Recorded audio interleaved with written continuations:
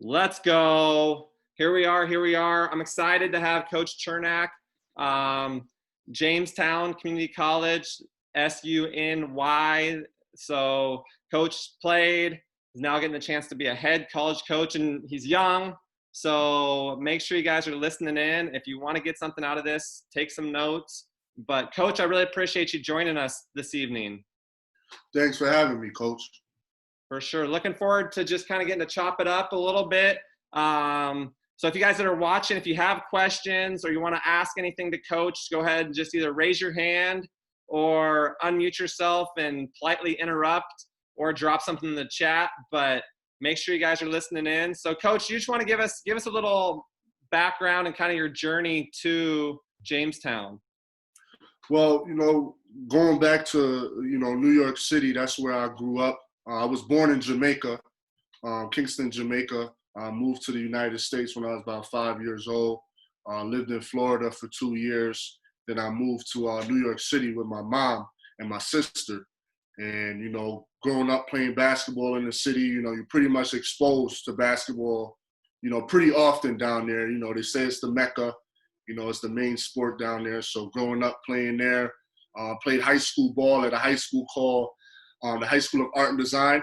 I played there for 4 years, and my senior year, I was recruited to come play here at Jamestown Community College. Ironically enough, I really didn't know anything about the school. I never heard of it, never heard of Jamestown, New York. I never took a visit. The coach that actually recruited me, he actually started talking to me through Facebook this was in 2010. And that's when Facebook, it's not what it is now, but it was freshly starting out. It was probably about 3-4 years in. And I thought it was weird because that's not how coaches were, reaching out. But apparently he reached out to my high school and they didn't let me know. So he just found another avenue to get in touch with me. So, I liked what he was telling me. I loved what he was telling me about the program and about the school. I ended up just coming right up here without taking a visit or anything like that. So, looking back on it, it was one of the best decisions I've made just because I learned so much at the junior college level. A lot of guys in high school, especially back then, they thought junior college was like the 13th grade. And I was one of those guys. I was like, oh, I don't want to go to junior college. That's like high school. I want to go to a 4-year school, whatever the case may be. So I had to go the JUCO route. I wasn't a qualifier SAT score and ACT score wise. My grades were good, but not my test score. So I had to go the JUCO route. And when I got here, I just made the best out of it. My first year was, a learning experience for me. I didn't really play to the best of my ability. After that season, really worked hard, worked harder than I ever did before, cranked it up a little bit and had a great sophomore year, finished first team all region, had several scholarships on the table, Division I, Division II. I decided to go to the D2 route to a school called Edinburgh University in the PSAC. Actually not too far from Jamestown, about an hour and change away from Jamestown. So I finished my last 2 years at Edinburgh, graduated with my bachelor's degree in communications. I actually played a little semi-pro ball. I played for the Erie Hurricane. Also played for the Jamestown Jackals briefly. And, I worked a couple jobs. I was trying to pursue the overseas route. I had my daughter my senior year of college. I wanted to be around for her, so I kind of, derailed the whole pro route. I didn't really want to go overseas and leave her and my family and stuff like that. So, I knew I still wanted to be around the game. So I got into coaching at a young age. I was about 22 years old when I got into coaching. I volunteered here at Jamestown Community College for about 3.5 years. I was a volunteer coach. At the same time, I was a residence director, a supervisor in one of the dorms on campus, which I currently still hold that position. And, was the assistant coach for those 3 years. In the off season, I would go to camps, those Division I basketball camps, just try to sharpen my skills, network with people, meet the coaches and stuff like that. So I went to West Virginia, Syracuse, Maryland University, Notre Dame, Michigan State. So I got a good chance to network with a lot of coaches, not only at those universities, but, you know, the other counselors that were there, the other coaches that was there. So that's something that I really enjoyed. I would go down to the Final Four every year, to the coaches convention, the NABC coaches convention. Great networking opportunity. You get a chance to meet pretty much everyone. Everyone's down there. So it's a great networking opportunity, a chance to meet new people. Halfway through my third year, halfway through my fourth year, the head coach, my head coach at the time, he ended up becoming our athletic director. And I literally found out 2 days before they made the announcement that I was going to be the interim head coach. Now, I was preparing for that without even knowing that I was preparing for that opportunity, you know, those 3.5, 4 years to the best that I could to be able to try to fill that role to my best of my ability. We ended up going through a little transition period, you know, switching over from an assistant to head coach, you know, really getting a chance to learn the ropes on how to run a program kind of on the fly. So I was trying to learn from my mistakes and also make corrections on the fly during that season. And we ended up being the 6th seed in our conference for the playoffs. And we upset the 3 seed in their home gym, a place that we haven't won in about 20 years, especially in the playoffs in their gym. It was a very tough place to play. Monroe Community College up in Rochester. We ended up beating them. Then we lost to the 2 seed in the semifinal by 3.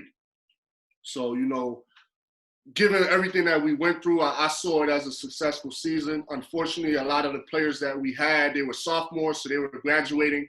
You know, I would have loved to have them back another year. But I also saw it as an opportunity to try to start building, you know, my own program and really recruiting guys that, you know, I think will fit with what we were trying to do. So after that season was my first off season as a head coach, hitting the road, recruiting, something that I was already used to from being an assistant. You know, and then coming into this year, you know, the COVID year is what I call it. You know, it was an up and down year for us. You know, we had 12 out of 15 guys were freshmen, so a lot of them were learning the ropes as well. So, you know, throughout the season, we had our challenges, you know, both on the court and off the court.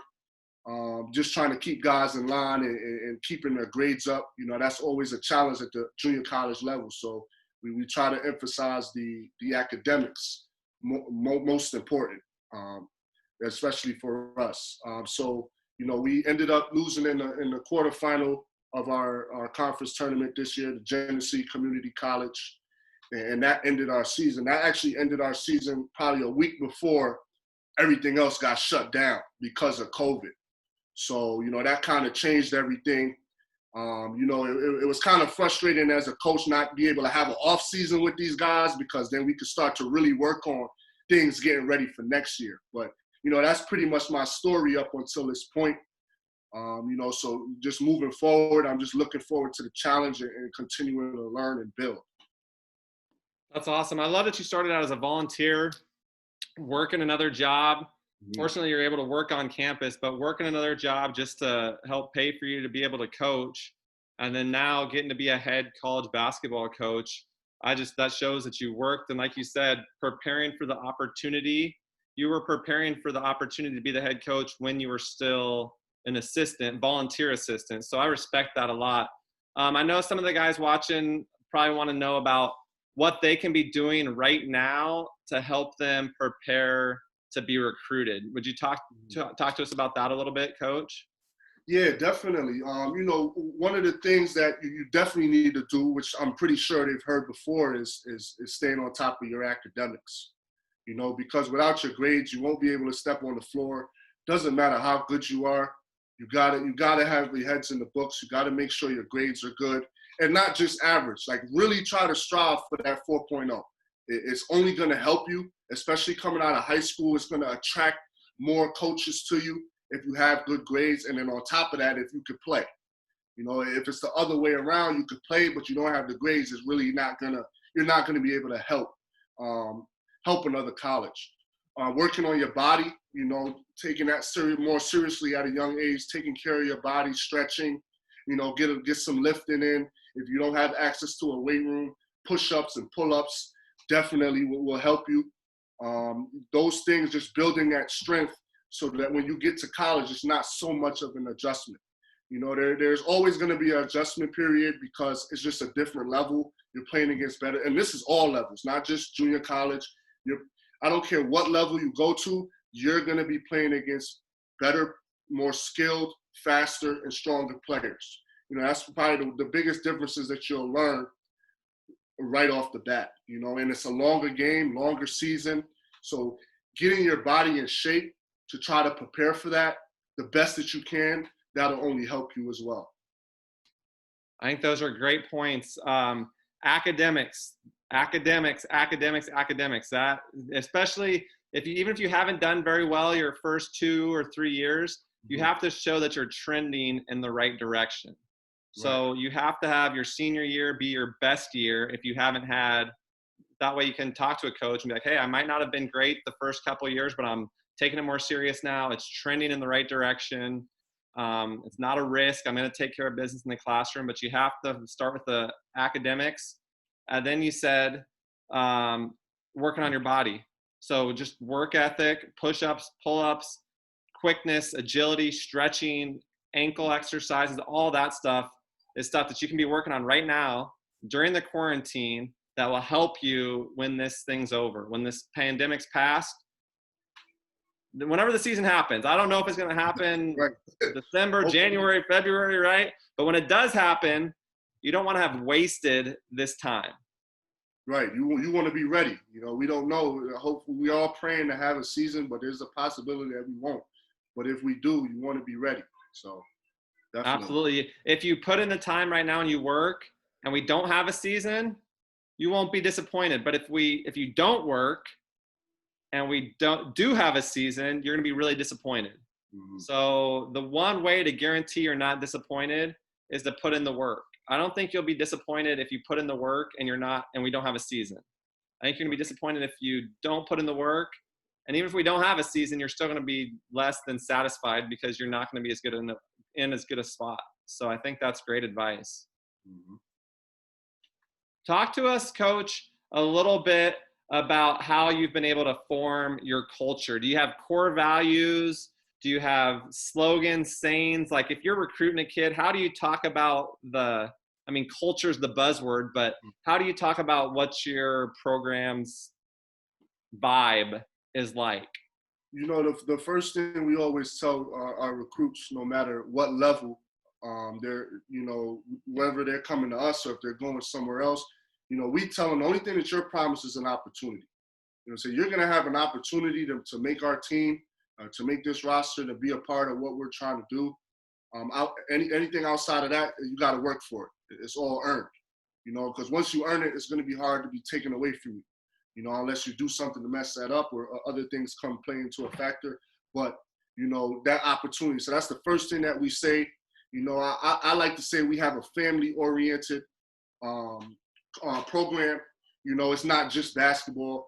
I like to do stuff off the court as well, whether it's team meals, you know, or activities, you know, whatever we can do as a team. You know, we try to do things like that. You know, we talk to our guys about, you know, outside of basketball, just how the game of basketball relates to life. You know, and I'm able to do that not just from, you know, being as an experience as a coach. I've only been coaching about 6 years. You know, as a student athlete, what are some of the things that I've struggled with? You know, having been at this level, especially right here in this spot, like I'm able to tell our guys, like, look, I literally been in your shoes. Like where you guys are now, I was once there. So it's my goal to try to help you get to where you want to go. Wherever that may be, you know, you should have your goals planned out. We want to try to help you get there. You know, we're not going to get there alone. We're not going to get you there alone. Like you're going to have to put the work in. You know, our job is to try to help you get there. And when you get there, it's going to be more rewarding because you know how much work you put in. And we've had guys come through this program that have done just that. You know, and at the junior college level, you have guys that come through here that aren't ready for that yet. You know, so we get the best of both worlds. But when you get somebody that comes in and puts in the work and moves on from here on a full scholarship or partial scholarship, or even if they just play at the next level, it's rewarding as a coach to see, because, we were able to have a hand in that, and a big question that we get when we're during recruitment is, where do you send guys after they're done? Like, how many guys have went Division I, or how many guys have went Division II? I tell them, like, look, those opportunities that the player, we had guys go to all levels. Those opportunities that they got that for themselves. They put the work in. You know what I mean? They let their game do the talking, they let their academics do the talking, and the opportunities just came. And I can say that because when I was here, I know that I got my offers from the hard work I was putting in. It wasn't the coaches. It wasn't, people reaching out to other people for me. I let all of those things do the talking. So I try to relay that to our players, that if you put the work in, the opportunities will come. More opportunities will come. Put in the work, more opportunities will come. That's a great quote. And if you put in the time, you have to be okay with the results that come. If you don't put in the time and you don't get the results you want, then you'll have regrets. Right. So, okay, if there's anybody that's watching, Mario, do you have a question you want to ask Coach? I'll go ahead and unmute you. So here, Coach Churnac, Mario, I'm going to introduce you, or unmute you, Mario. Okay, you should be unmuted, Mario. So how big is the school approximately, and like the student body wise? Okay, well, our school, we're a smaller college. Our population is probably about, including online and commuters, probably about 3,000 and change around there. On campus, we actually have our dorms right on campus. We house up to 340 students. And I tell our guys it's the perfect place for you to focus on school and basketball, because everything is here for you. Like, the gym is a 4-minute walk, your classes are a 4-minute walk, cafeteria, everything. The only time you really need to leave campus is to, go get groceries, go get a haircut, you want to go to the mall, stuff like that. But outside of that, all the resources are right here on campus. There's clubs, there's other activities that you could do outside of basketball. I actually encourage our guys to get involved in those things, because a lot of people come to college, they don't know what they want to do. Like, oh yeah, I want to be, a doctor. And then, a year in, you realize, oh, I don't want to do that. So it's also an opportunity for to explore other avenues, because one way or another, we're all not going to play basketball forever. The ball is going to stop bouncing at some point, whether that's 4 years, you have a 20-year pro career, whatever. At some point, you're going to have to get a job, So we want our guys to try to keep an open mind on other things that they want to do. But, our campus is a good size. I think it's a good size for somebody that wants to just focus on school and basketball. So. All right. Good question, Mario. That is, I love that you said that if you want to focus on hoops and school. And as a 19-year-old, some kids get distracted by glitz, glamour, girls, And so if you want to focus, it's important to find a place where there's not a whole lot of distractions. Yep, that's for sure, man. And no matter where you go, there will be distractions. That's where you come into play and try to block those things out and remember why you're here. I'm not saying you can't hang out with your friends, you can't, you shouldn't do, things like that. But end of the day, you got to remember why you're here. And especially for us, some of our guys are not, financial aid doesn't cover everything. Scholarship doesn't cover everything. So mom and dad or you're paying something. So you might as well, make it worth your while, while you're here. I know if I didn't get my work done, I wouldn't have a house to go home to. So that was my pressure. But you got it done, and now you're still in the residence hall. Mm-hmm. Do you have activities? Do the students from the dorms come out to the games, or how do you guys recruit to get fans at the games? Yeah, we do a lot of word of mouth posters and stuff like that. We'll try to do things like black t-shirt night, whiteout night, stuff like that. Here we would like more of our students to come to the games, but with all this technology now, and our dorms are so nice, it's actually hard to get people out of their room. Especially once it starts snowing and stuff like that up here. But you know, like we focus on the game as much as we can. You know, I don't really like, we love to have the fans there, but you know, we tell the guys to worry about each other. You know, people come and support us, they do. You know, sometimes people can't make the game, but let's just not focus on that. You know, let's focus on us. But you know, obviously when you're winning, you know, people come to the games. You know, you're not winning as much. Some people might not come, but you know, like I said, it's about the team. You know, and if people come down to support us, you know, we appreciate that. Focus on us. I think that's a great lesson for anybody that's watching. Focus on us. Worry about what you can control.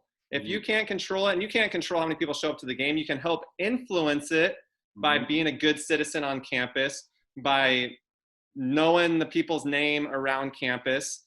That can help increase, but at the end of the day, you can't control whether they show up or not. So worry about what you can control, which is between the lines and being a good teammate. And if and winning, you're right. If you start winning, more fans will show up, right? For sure. Well, that's awesome. Definitely appreciate your time, Coach. Do you have any other questions? Anybody else? If anybody's got a question, they can either drop it. But did you have a chance to watch The Last Dance, Coach? Oh yeah, for sure, man. I was tuning in every week. Usually I don't watch things with commercials, but it was worth it.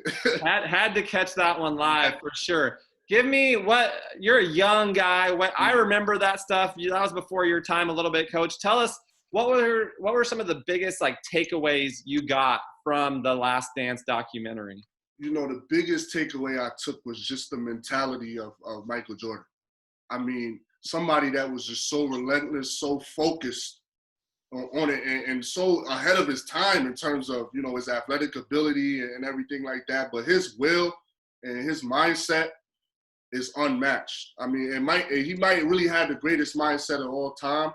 And then, you know, behind him, I think it's LeBron.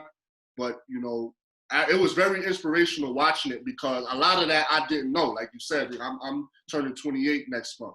You know, I saw Michael Jordan growing up, but I didn't really get to dissect it the way that I can now.